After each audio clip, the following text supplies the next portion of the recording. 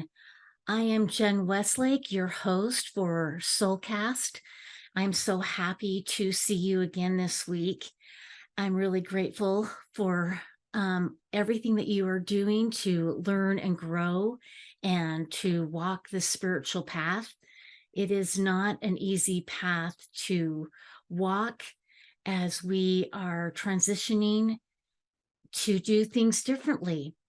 Instead of doing things in our humanness, we are working on doing things from our soul and from our spirit, incorporating messages and guidance from our higher self and our higher power.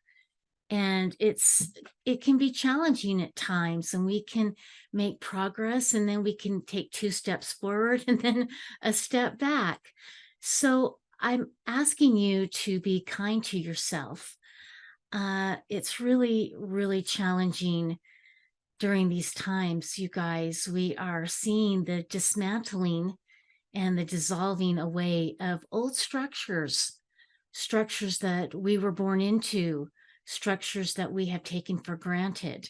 And it is a scary, stressful time as we are watching things fall apart.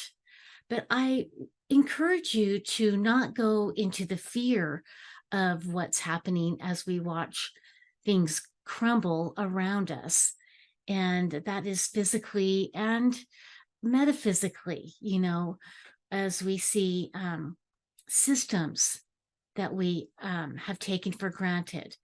Our money system is collapsing because it is no longer in balance. And only 1% of the world's population benefits from it. The universe wants abundance for everyone. The universe doesn't want us to suffer. It doesn't want us to struggle. Yes, we're going to have challenges because that's how we learn and grow. But abject suffering and poverty and a system of wake, work, repeat, a form of slavery, a form of oppression, that has to go. We have learned the lessons from that, and we have made a choice as a collective humanity that that is not what we want. And so we need to look at this collapse and this dismantling as a positive thing, as a new beginning.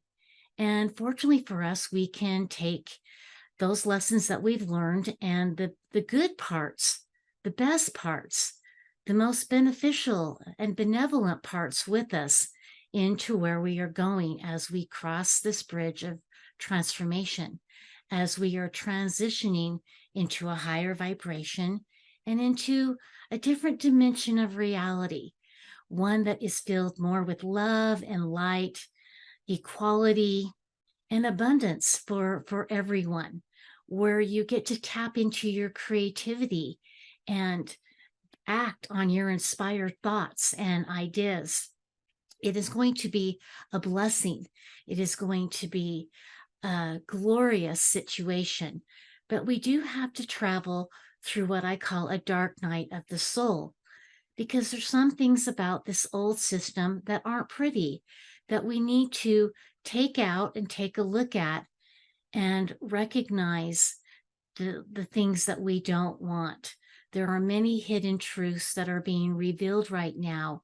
And some of these truths are hard, but we need to face them, learn from them, and then move forward. One of the things I'd like to talk to you today for our own personal self-care and self-growth is the concept of judgment. When I had my near-death experiences, now I've had 4 of them, one of the lessons I learned was what we would be asked on the other side as we go through life review. Now, I know many of you have heard many near-death experience accounts, and so some of this may seem repetitive to you because there's always some sort of common theme in near-death experiences. But for me, this is what I learned. When you go on the other side, they're not so interested in how many letters you have behind your name, how much money was in your bank account, what car you drive, or how big your house was. They're interested in three things. They're going to ask you, who did you love? Who did you serve? And who did you forgive? And I like to break that down into a further component of three. First of all, did you love God? Second, did you love yourself? And three, did you love others? The second is service. Did you serve God? Did you serve yourself? And did you serve others? And last but not least, did you forgive God? Did you forgive yourself? And did you forgive others? The part I want to talk about today is forgiving yourself. And I want to talk about that in a form of judgment. It is easier for us to forgive others, and it is much more difficult for us to forgive ourselves. Our internal dialogue can be actually verbally abusive and emotionally abusive when we tear ourselves down, when we do not forgive ourselves for the mistakes that we made, for the things that we feel embarrassed by, humiliated by. We are our own worst enemies sometimes. And I want to remind you that God, that the Creator, has asked us to reserve judgment for Him. Judgment belongs to Him, for He is the best and most fair, kind, and compassionate judge. And if we've been commanded and counseled to not judge others, then why are we judging ourselves? Why are we beating ourselves down? Why are we so critical of ourselves? We are more kind and compassionate, and we give other people breaks than we give ourselves. And so this week, I'm asking you to be mindful of your inner dialogue. And maybe sometimes when you're alone, that's outer dialogue where you're talking out loud to yourself, but you're doing it in an unkind way where you're beating yourself up and you're unwilling to forgive yourself and you're unwilling to forgive the things that happened in the past. It is a time, you guys, to let that go. We really deserve to learn to love ourselves. We deserve to forgive ourselves, and we deserve to serve ourselves in a positive, appropriate method of self-care. We get to take care of our physical bodies, and we get to take care of our minds. And the way we take care of our minds is thinking loving and kind and compassionate thoughts about ourselves, about the situations we find ourselves in, about our relationships, and about the people around us and the people we come in contact with. This week, I'm asking you to forgive yourself. This week, I'm asking you to love yourself in a way that you haven't loved yourself before. And I'm asking you to have self-care. Take care of yourself. Take care of your body. Get the rest you need. Go into your sacred space and spend time relaxing your mind, just stopping for a minute and not thinking or worrying about anything.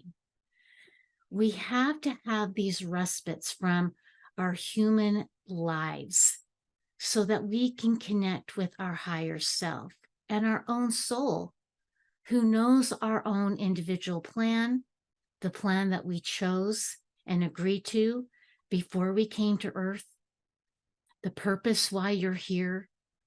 You deserve to tap into that and to go there every day. It's important to spend time with your higher power and communing with him and her.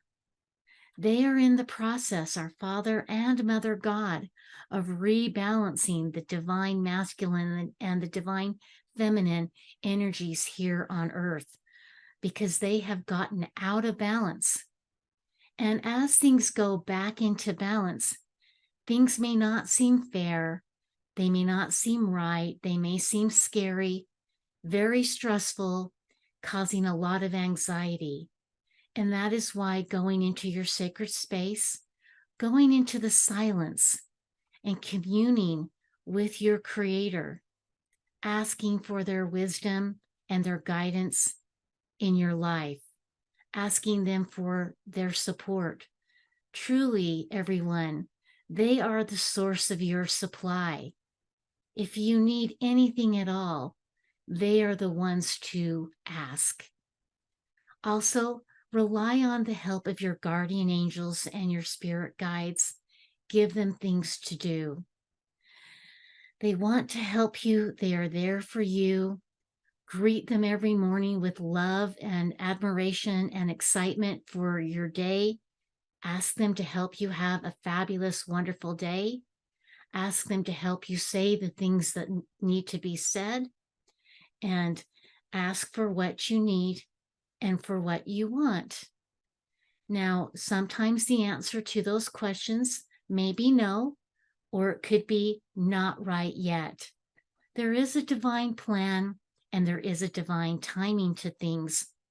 And so, as we are in these challenging times, as we are making a shift in consciousness, as we are raising our vibration, we have to have a trust and faith in our higher power more than we ever have before.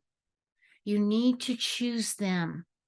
Choose their love, choose their light, choose their healing. Ask them to empower you. Build your confidence and self-assurance when you feel unsure.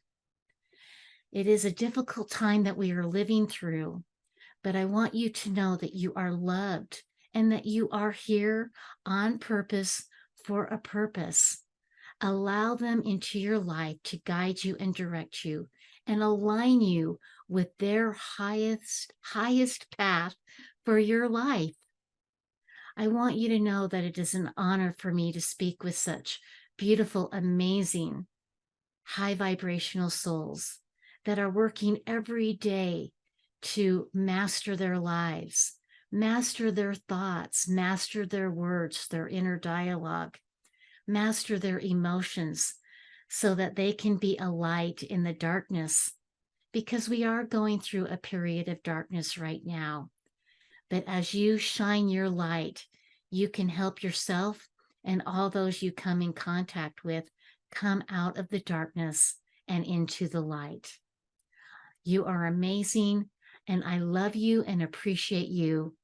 And I hope that this week you will be kind to yourself and release the judgment to your higher power. And thank you again. Now, if there is anything that I can do to be of service to you, to help you either through healing and clearing of negativity and unresolved emotional pain, or even issues that were passed down to you from your ancestors, we can assist you with that. If you need some coaching and some guidance on how to navigate some of the situations that you face in your life, please reach out to me at hello@soululaire.com, or you can go into the contact us at soululaire.com and just put your message there. And if you have any questions or any topics that you would like me to discuss here on SoulCast, please put them in the comments below, because I am here to help you. So let me be of service to you, and don't be shy. Just either email me at hello@Soululaire, or go to the contacts at soululaire.com, and you can see that email address below. And thank you again, and I hope you have a wonderful week. Until next time, bye.